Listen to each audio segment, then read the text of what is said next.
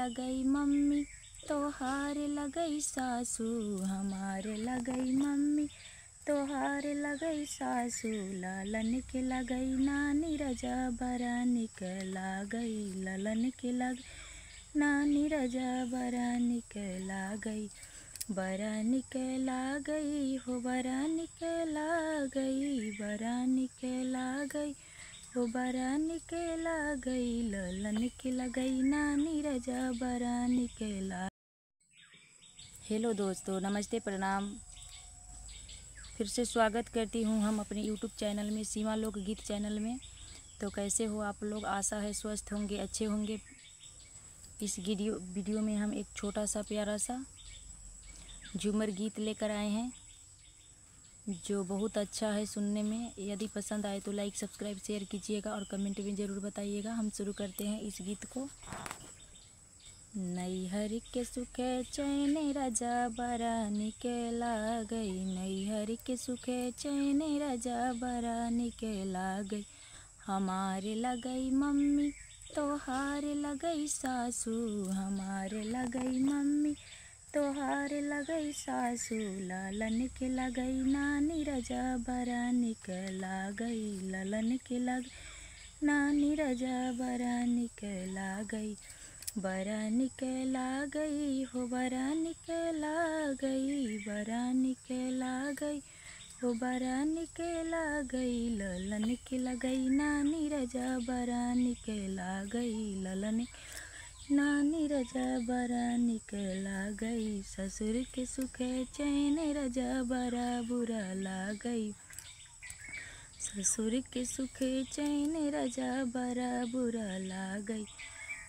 तोहार लगई मम्मी हमारे लगई सासू, तोहार लगई मम्मी हमारे लगई सासू। लालन के लगई नानी रजा बरा, लालन के लगई दादी रजा बरा बुरा लागई, लालन के लगई दादी रजा बरा बुरा लागई।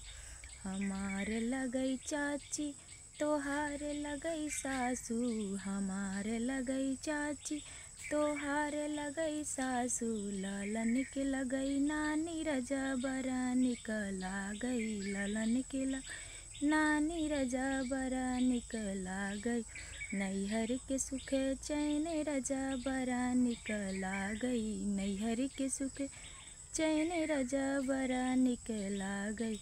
तोहार लगई सासू हाँ तोहार लगई चाची, हमारे लगई सासू, तोहार लगई चाची हमारे लगई सासू। लालन के लगई दादी रजा बरा बुरा लागई, लालन के लगई दादी रजा बरा बुरा लागई। नैहर के सुखे चैन रजा बरा निक लागई, नैहर के सुखे चैन रजा बरा निक लागई।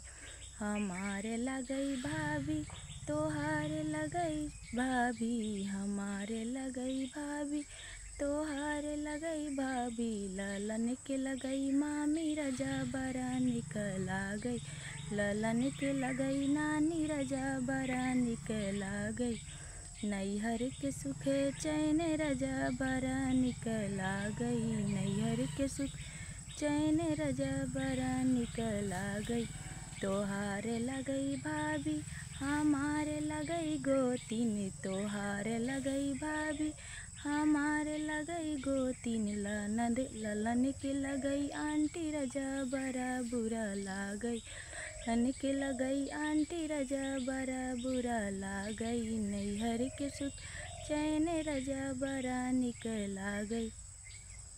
तो दोस्तों, यही मेरा एक छोटा सा झूमर गीत था जो आप लोगों को हमने सुनाया है। यदि पसंद आए तो लाइक, सब्सक्राइब, शेयर कीजिएगा और कमेंट सेक्शन में ज़रूर बताइएगा कि ये गीत आप लोगों को कैसा लगा। तब तक के लिए बाय। फिर मिलते हैं हम अगले वीडियो में।